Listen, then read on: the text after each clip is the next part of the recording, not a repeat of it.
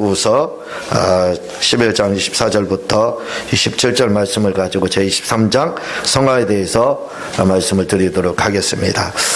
먼저 칭의에 대해서 그리고 그 전에는 중생에 대해서 이렇게 말씀을 드렸는데 오늘은 그 성화에 대해서 말씀을 드리도록 이렇게 하겠습니다. 우리가 그 중생이나 또는 칭의, 발린게네시아, 디카이오 이렇게 이제 되어 있는데, 이런 중생이나 칭의는 사실은 순식간에 이루어진 행위입니다. 하나님께서 이것을 칭의하고 또 중생 사람이 거듭나고 하는데, 너는 10년을 돌을 닦아야 된다, 너는 10년을 기도해야 된다, 너는 10년을 공로를 쌓아야 된다, 너는 10년을 수도해야 된다, 그렇게 하시지 않고 그냥 예수님의 다시 말하면 예수님의 공로가 우리에게는 의가 됩니다. 그 예수님의 공로, 그 피 흘리신 십자가의 공로를 그냥 믿기만 하면 그게 우리는 전혀 변화가 없는 것처럼 그렇게 느껴지죠. 마치 우리가 침례를 받게 되면요, 이것이 중생과 거듭남의 구원의 확신의 그 증거가 됩니다.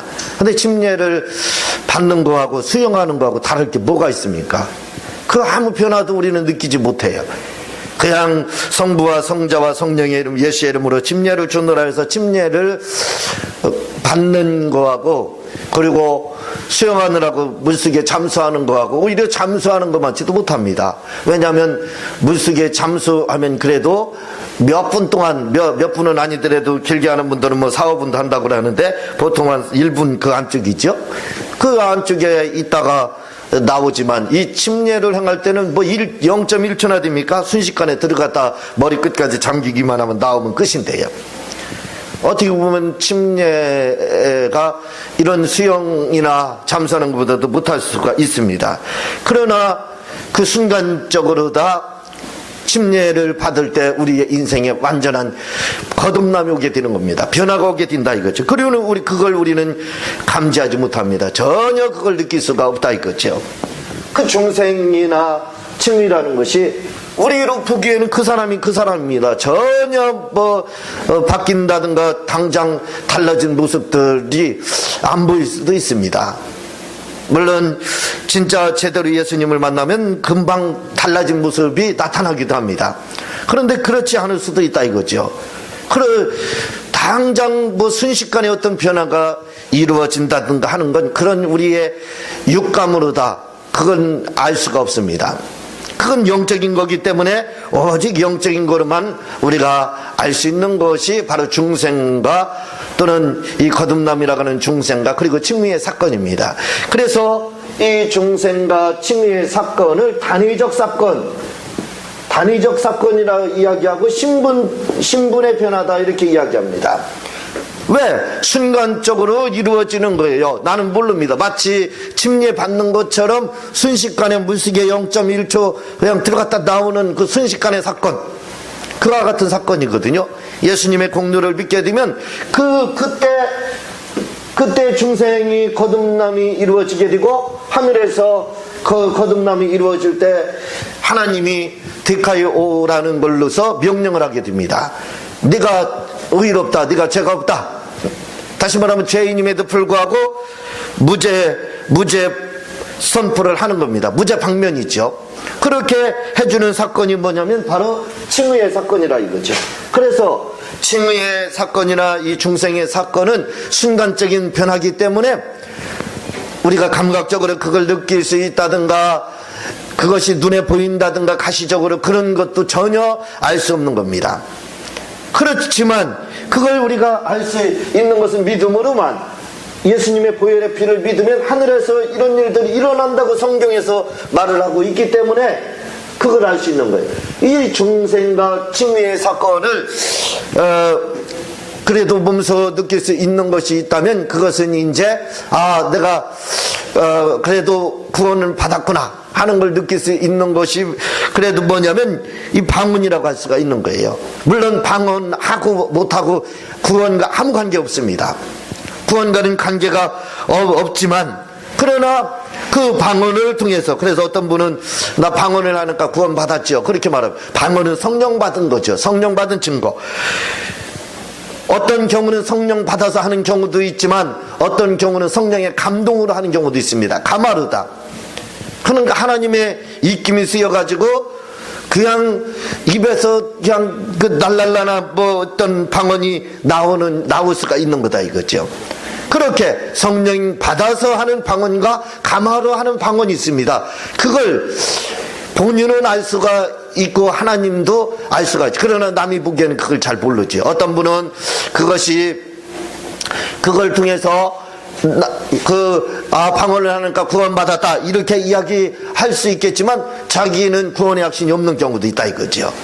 그것이 왜 그러냐면 가마에 의해서 방언을 할 수도 있고 감동에 의해서 할 수도 있기 때문에 그렇습니다. 성령을 받아서 하는 거하고는 달라요. 성령을 받아서 한다는 것은 이미 믿었기 때문에 나타나는 증거예요. 그래서 어떤 분은 방언을 하기 때문에 나는 구원을 받았다. 어떤 분은 나는 방언을 못하기 때문에 구원받지 못했다 하는데 그렇지 않습니다. 방언이 구원의 보증이라고는 할 수가 없어요. 꼭 그렇다고는 말씀을 드릴 수가 없습니다.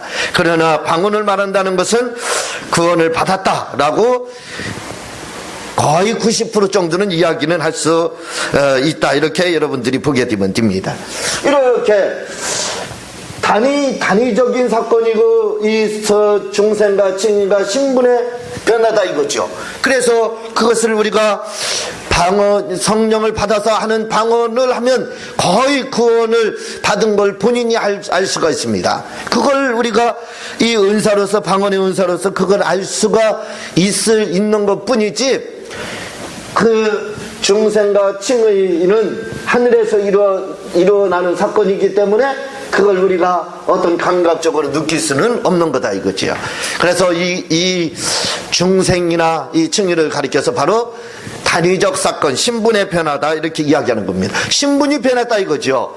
마귀의 신분에서 하나님의 아들의 신분, 하나님의 자녀가 되는 그런 권세를 갖는 그 신분을 가졌다 해서 이 성화를 가리켜서 바로 칭의를 가리켜서 바로 신분의 변화다 이렇게 말을 하는 겁니다. 그런데 이 신분이 변했다고 해서, 신분의 변화가 왔다고 해서 이거로서 신앙생활이 완성됐다, 끝이다, 더 이상은 없다, 그렇게 생각할 수 없다 이거죠. 그래서 먼저 시간에 말씀을 드렸듯이 몇몇 잘못된 교단들은 우리가 구원을 받았기 때문에 신분의 변화가 왔다, 왕의 신분을, 왕의 혈통을 우리가 갖게 되었으니까 이제는 우리가 자고해도 되고 그리고 자만해도 되고, 또 우리가 죄를 범한다 할지라도 우리는 교황처럼 무후하다, 죄가 없다, 그렇게 생각하는 그런 잘못된 사람들도 있다 이거죠. 그것은 이 칭의를 받고 난 다음에, 그 다음에 우리가 살아야 될 그 삶을 잘 모르기 때문에 그렇게 말을 하는 겁니다.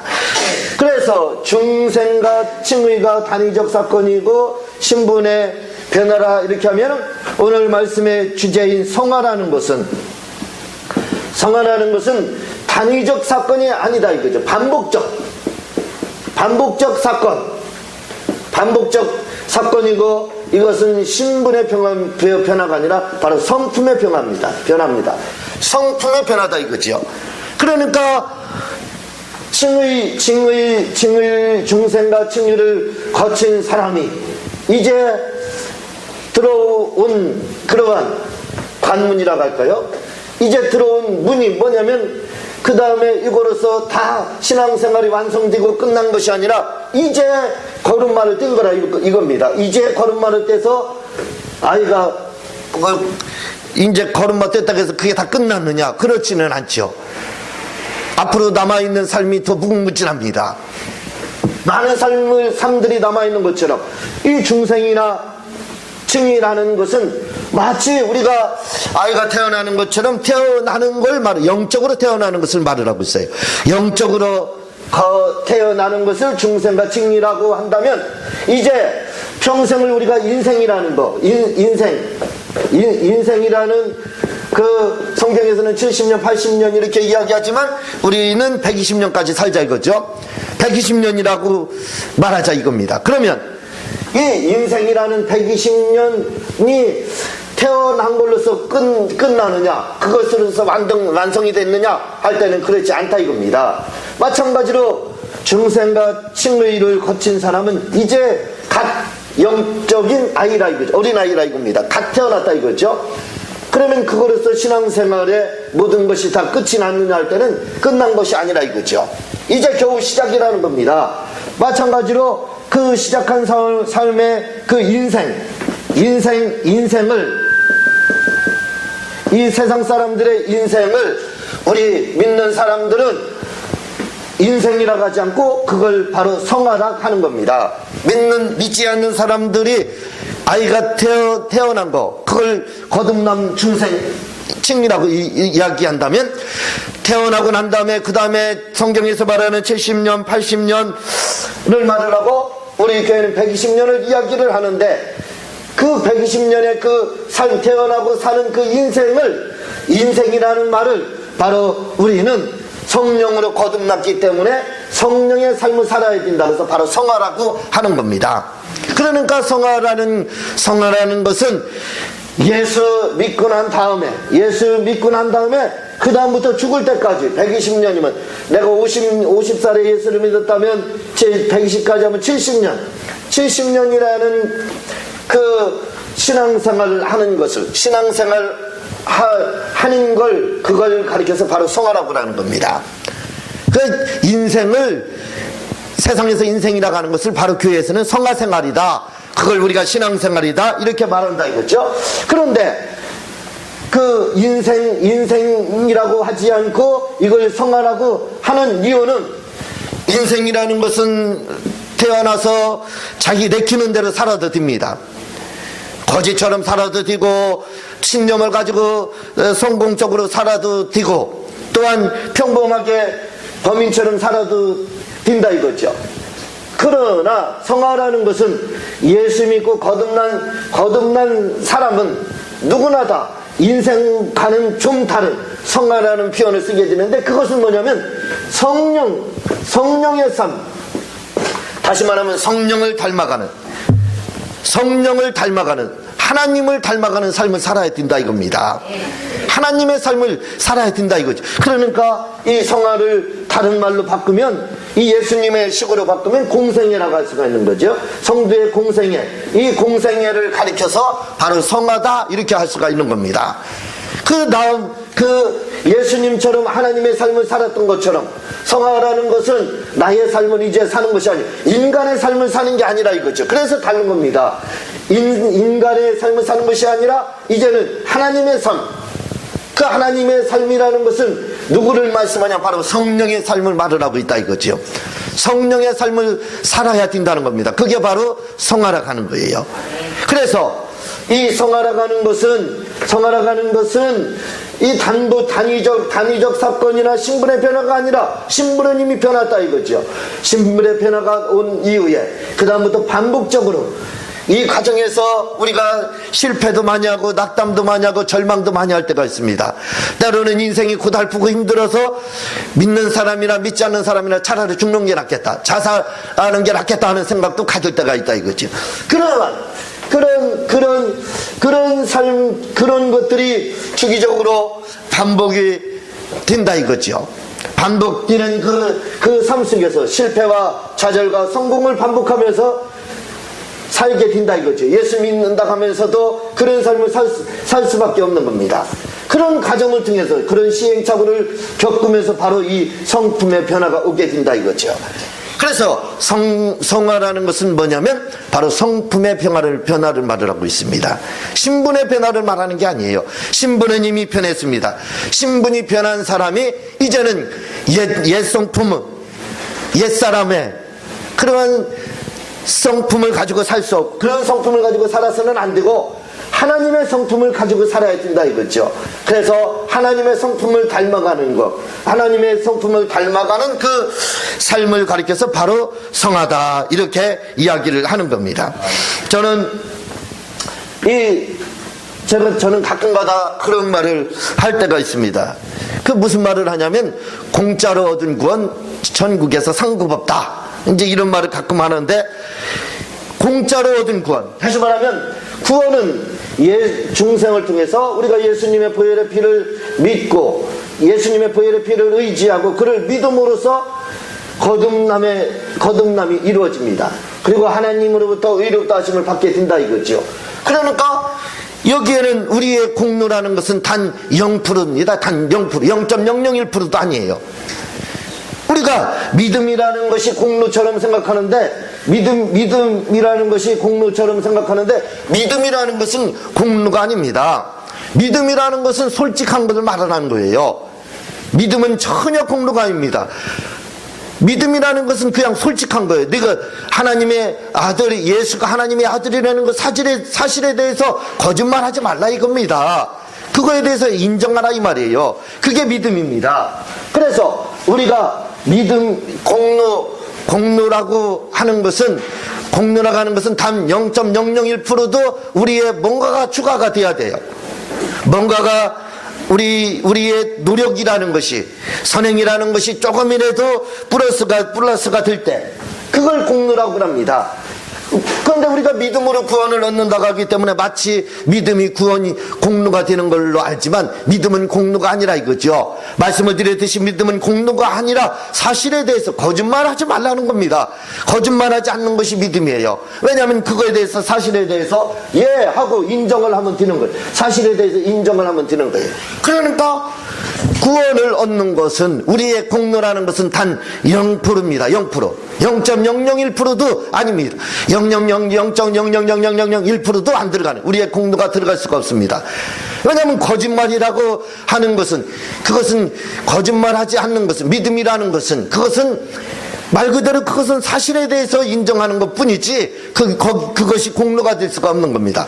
그래서 믿음이라는 것은 공로로다 되는 거예요. 공로가 아니라. 그러니까 중생을 얻는다든가 우리가 칭의를 받는 것은 전혀 공로가 없는 겁니다. 공로가 아니라 이거죠. 그러니까 구원은 뭐냐? 거짓말만 하지 않으면 받는 것이 바로 구원이라 이거죠. 어떤 거짓말? 예수 그리스도에 대한 거짓말만 하지 않으면, 예수 그리스도를 고의적으로 아니다고 부인만 하지 않으면 된다 이거죠. 그 사실에 대해서만 그냥 믿기만 하면 된다 이거죠. 인정만 하면 된다 이거죠. 그게 바로 그것이 바로 중생이고 증입니다. 그러니까 구원은 뭐로 다요? 공짜로 얻은 겁니다. 공짜로 얻는 것이 바로 구원이에요. 그런데 이 공짜로 얻었기 때문에 아까 말씀을 드렸듯이, 그러면 이제 더 이상 뭐가 필요하느냐?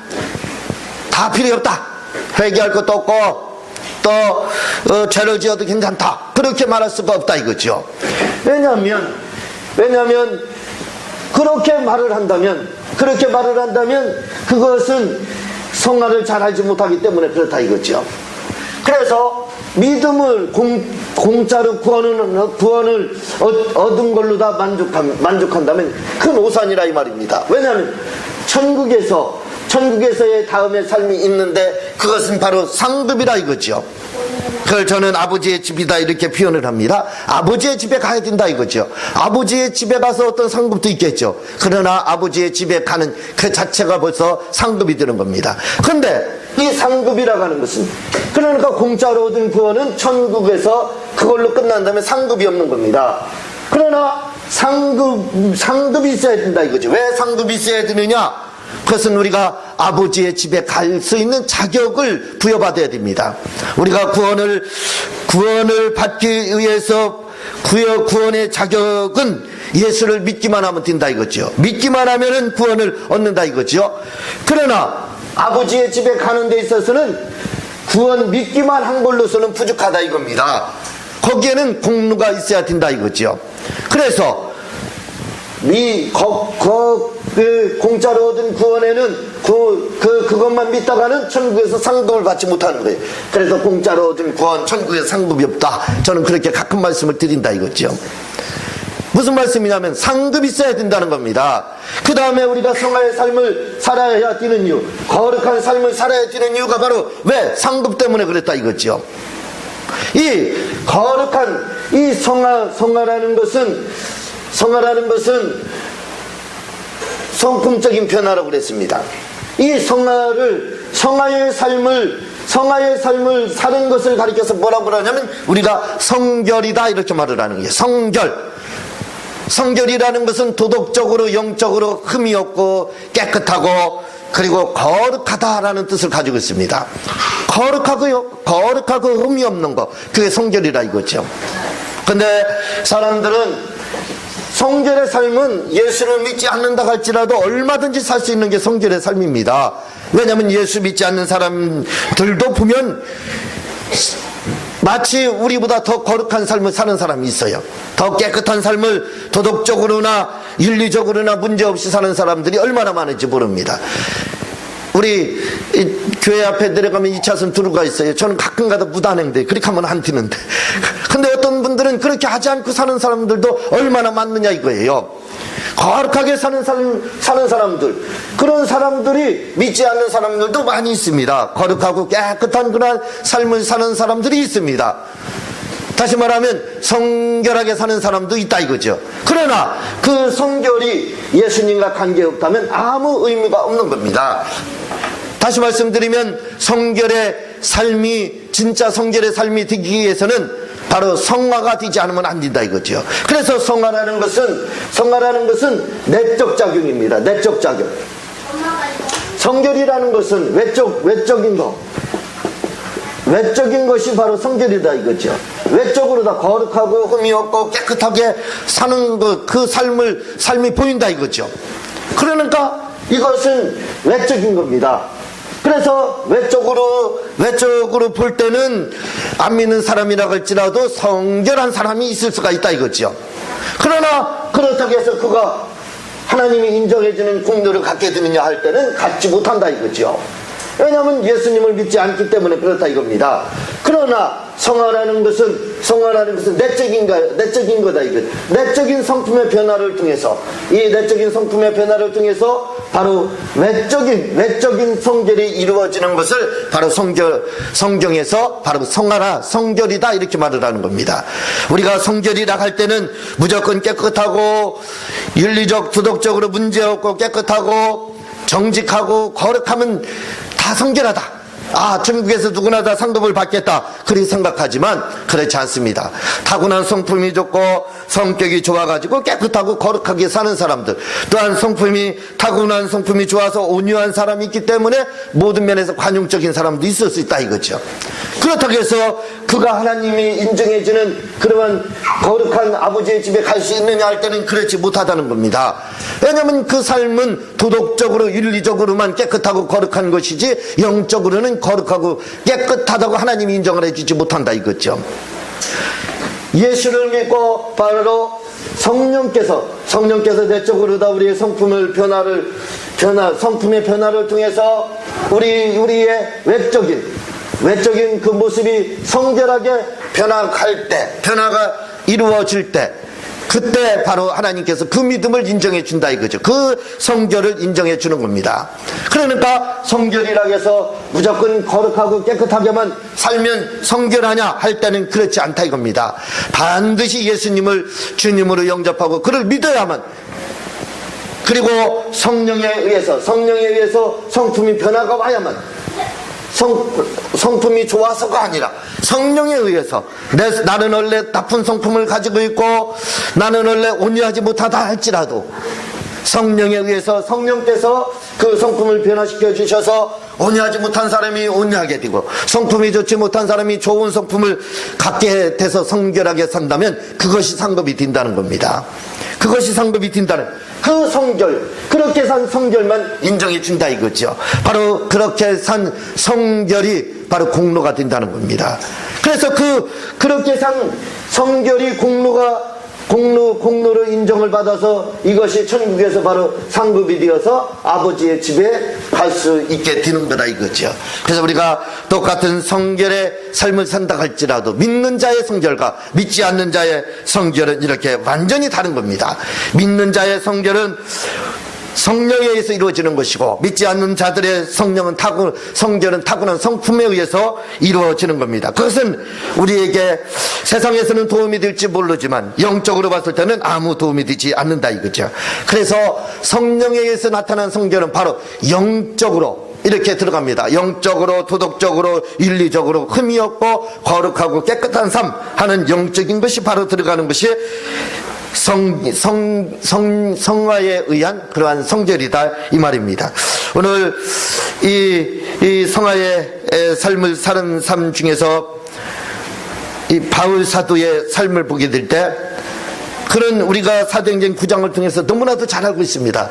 예수에 대해서 살기 등등했다 이렇게 말씀을 하고 있어요. 그래서 예수 믿는 사람이라고 하면 누구나 다 죽이는데 또 핍박하는데 앞장섰던 사람이 바로 이 바울이다 이렇게 사도행전 9장에서 말을 하고 있습니다. 그런데 그가 예수님을 만나고 나서 변화가 됐다 이거죠.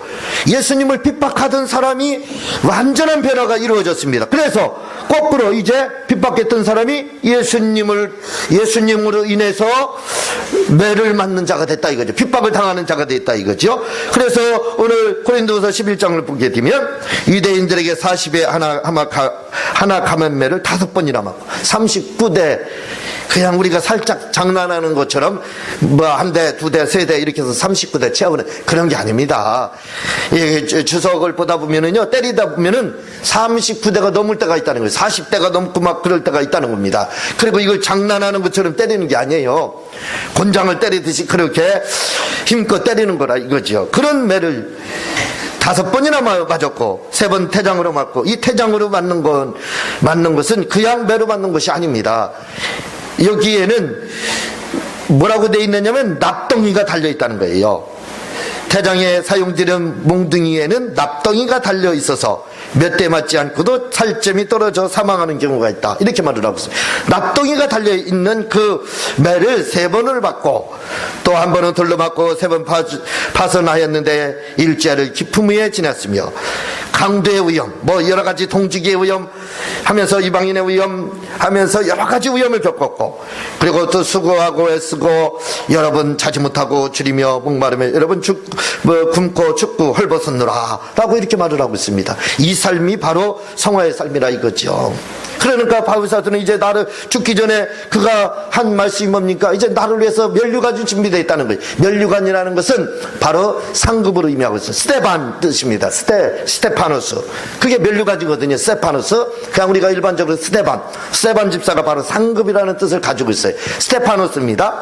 그 스테반, 다시 말하면 면류관이라는 뜻이에요. 그 상급이라는 뜻입니다. 그러니까 바울 사도는 처음에는 예수를 핍박했던 그런 사람이었지만 후에 그가 완전히 중생과 칭의를 통해서 거듭난 후에는 완전한 성화의 삶을 살았던 사람입니다. 그래서 그가 후에는 이렇게 주님 때문에 핍박을 받는 그런 사람이 되었기 때문에 그가 자신 있게 고백하잖아요. 나를 위해서는 상급이 준비되어 있다. 그 상급이라는 것이 첫 번째가 바로 아버지의 집에 가는 것을 말을 합니다. 그것이 내게는 준비되어 있다는 거예요. 그 다음에 또 그곳에서 얻어야 될 또 상급들이 또 성경에는 있다고 이렇게 나오고 있습니다. 바로 성화의 삶을 살아야 된다 이거죠. 그 삶의 모범을 보인 자가 바로 이 사도 이 바울이라고 이렇게 볼 수가 있는 겁니다. 또한 우리가 야곱이라는 사람을요, 야곱이라는 삶을 보게 되면 70년 동안 야곱이라는 이름대로 살았습니다. 도둑놈처럼 살았거든요. 형도 속이고 아버지도 속이고 그런 삶을 살다가 20년 동안 그대로 심은 대로 당하게 됩니다. 20년 동안에 외삼촌의 집에 가서 아주 고생을 많이 하게 됐죠. 그리고 아직도 변화가 되지 않았습니다. 마지막 돌아올 때까지 외삼촌을 속이고 돌아오거든요. 그리고 그가 약국강 나루토에서 90입니다. 90의 전환점을 맞이하게 돼요. 이 90이라는 나이에 천사와 씨름해서 그것은 성화를 의미하고 있습니다. 성화의 완성을 의미하고 있는 거예요. 성화로 들어간 겁니다. 거기에서 이스라엘이라는 것을 얻어내요. 이스라엘이라는 것을 얻어낸 것은 바로 성화가 됐다는 겁니다. 성화가 됐다는 거예요. 그리고 그의 삶이라는 것은 90부터 약 140년까지 살게 되는데 영화로운 삶을 살게 되는 것을 보게 됩니다. 그의 이름이 그때부터 이제 사라지기 시작해요. 그리고 요셉이라는 사람이 이제 등장을 하게 되죠. 물론 아브라함도 역시 똑같습니다. 이렇게 이 야곱이라는 사람은 야곱이라는 사람을 말할 때 뭐라고 이야기하냐면 성화의 표본이다 이렇게 말을 합니다. 성화의 표본이다 이렇게 말하는 거예요. 왜냐하면 그의 삶이 바로 우리 인생의 삶을 살았거든요. 우리가 예수 믿지 않았을 때의 삶이 마치 아무리 거룩한 성결의 삶을 살았다 할지라도 야곱과 같이 영적인 도둑놈처럼 살았다 이거죠. 그렇게 살다가 예수를 제대로 만난 거. 야곱이 약방나루타에서 이스라엘이 뛴다는 것은 거듭난 것을 말을 해. 제대로 믿고 난 다음에 그의 삶이 거룩한 삶으로다 바뀐 삶을 한 50년 이렇게 살게 되는데 그것이 바로 야곱의 삶입니다. 그게 바로 성화의 삶이라 이거죠. 그래서 오늘 우리가 성화의 삶을 살아야 된다. 왜 성화의 삶을 살아야 되느냐? 그것은 우리에게 주어진 것이 있다 이거죠. 그래서 아버지의 집이라는 것이 주어져 있다 이거죠. 우리에게 상급이라는 것이 있다 이겁니다. 이제 우리에게 남아있는 것은 상급이라 이거죠. 그걸 위해서 노력하자 이겁니다.